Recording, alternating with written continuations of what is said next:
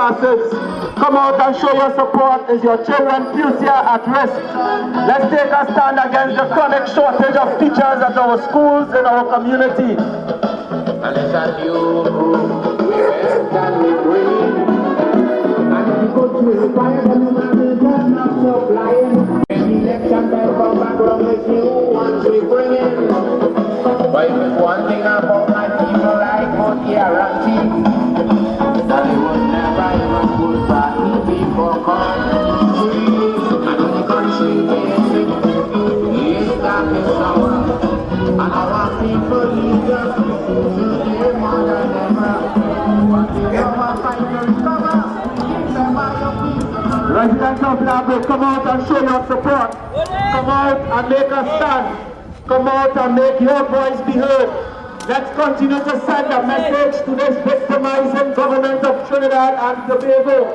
Remember, it's your community, it's your say. So we are standing and saying enough is enough. We are fed up.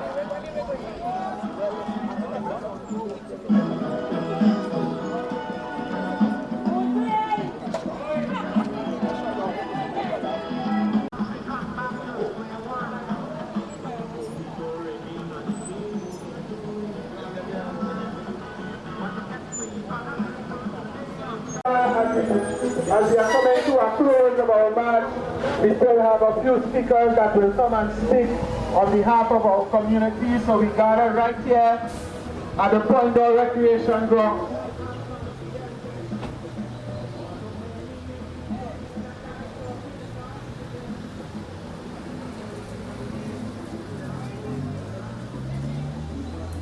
You concerned residents of Brea, we thank you all very much.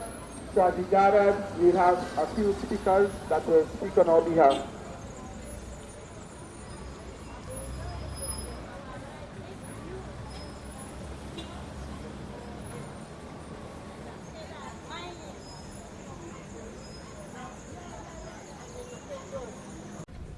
Go. My name is Fitzgeral Jeffrey, the Member of Parliament for Brea. We had this march in Brea to raise the consciousness of the problems affecting the Brea area, particularly the oil spill, the closure of the library, the closure of the warden office, the shortage of teachers, the uncertainty at Lake Asphalt, and the poor road conditions that we have in Brea. Particularly up in our minds is the treatment meted out to the people in the coffee area as a result of the oil spill. What is very disturbing is the changing of the goalposts with respect to the existence of the use of the co-exit 9500. Indeed, we had the member of, Minister Kevin Ramlarine coming to the Parliament on the 21st of March and stating that the co-exit 9500 was not used in Brea, but was used only in Point-de-Paix on the 19th and the 26th of December.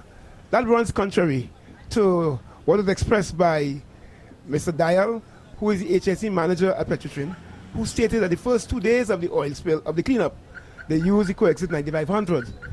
And the first 2 days of the oil spill was already in Brea on the 18th and the 19th. I was present there, and I know I could attest the fact that the co-exit 9500 was used then. We also had President Hassan Ali at Petrotrin News Media Conference admitting that the co-exit 9500 was used, but according to the instructions laid down by the National Oil Spill Contingency Plan.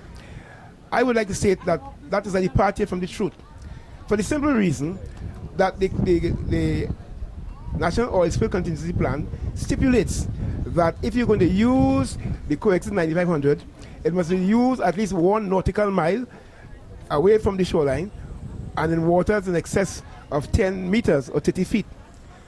When you look at President Hassan Ali's speech, he says that the co-exit 9500 was used up to 10 feet of water, up to 10 meters, and that is contrary to the National Oil Spill Contingency Plan. And I can tell you, I was present when the aircraft flew over the area and was dispersing the deadly co-exit 9500, not only in the shoreline, but even where people were living, and so on. And that to me is very disturbing. I put it against the the situation in Alaska in 1989 when they used the coexit 9500 and the disastrous effects it had on the people. You go back to Mexico with the BP oil spill, and again they used coexit 9500 and it had consequences to the people. When I look at the people in Brea who suffered from the coexit 9500, that vomiting, that diarrhea, that disease spells, they had vomiting, right? That diarrhea, they have chest pains and so on, which runs similar to what happened in Mexico and what happened in Alaska. But what is even more dangerous is the long-term consequences. 20 years later, in Alaska, people started to have cancer, irreparable damage to the lungs, the liver, and the kidney. And my humble question is that those people in Brea, particularly in the coastal areas, who are economically challenged, who will foot their bills when they start to get the symptoms for liver cancer or lung cancer, as the case may be? Who is going to foot those bills? And it is from that standpoint I want to raise the consciousness of the powers that be, that you cannot leave Brea in that state. Now, I know Petrotrin, for example, had a medical clinic in Brea, and they said that, listen, people wasn't coming.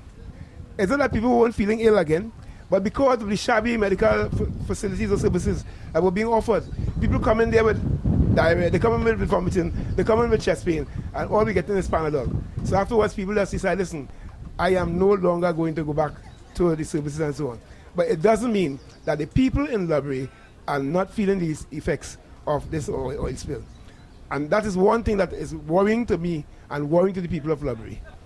I also want to say as well that the coexit 9500, when it mixes with the oil, all right, what happens? It breaks up the oil into particles, little nodules, and that falls to the bottom of the sea.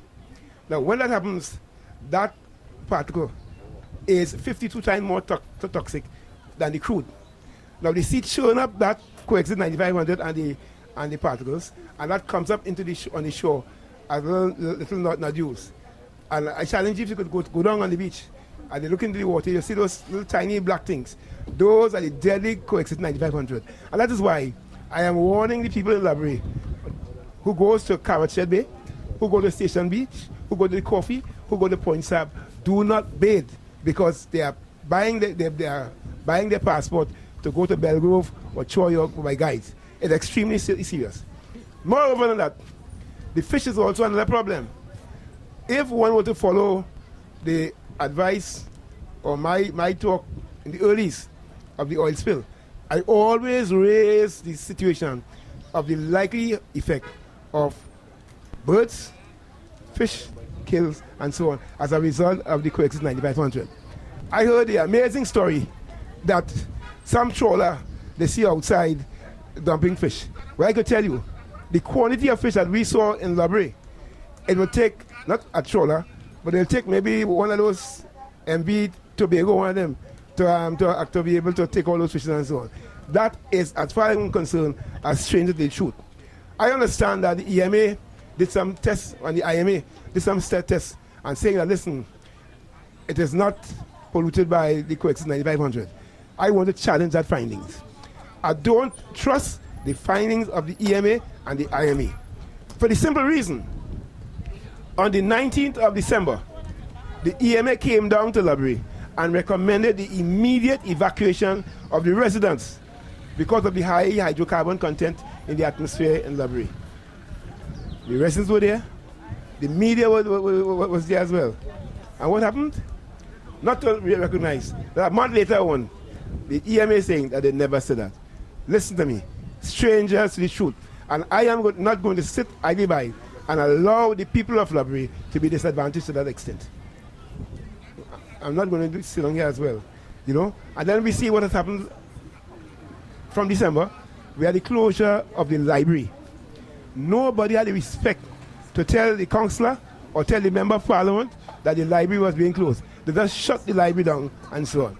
The district revenue office, who it was rumored was supposed to be removed from the area, was shut again tight. The councillor didn't know, the member of parliament didn't know. What kind of respect you are showing to the people of Brea? And then we see here what has happened with Lake Asphalt. Okay? We were told that there was some secret arrangement being made. They can't give us the details. as to what is going to happen with the Chinese deal. The fact is, they were going to take the raw asphalt from Library, carry it to Point Lisas, process it, and then export it to China. All right? And what that would have happened, what led to, the people in Library who were working in the refining plant would have been out of a job. All right? And we said, no. What has to happen? If you're going to mine the asphalt, you must process the asphalt in Library and provide more jobs for the people of Library. We heard that turn around, and they said, listen, the real plan was really to expand the plant in Library and to employ about 1,000 persons. I am saying that to the people of Library, we're watching that with a hawk eye, because we are not too certain that the truth is being told. And we are standing up from now on to tell the power that be that Library people are awake, and we're watching them with a hawk eye. Okay? MP Jeffrey, are you satisfied with the turnout today?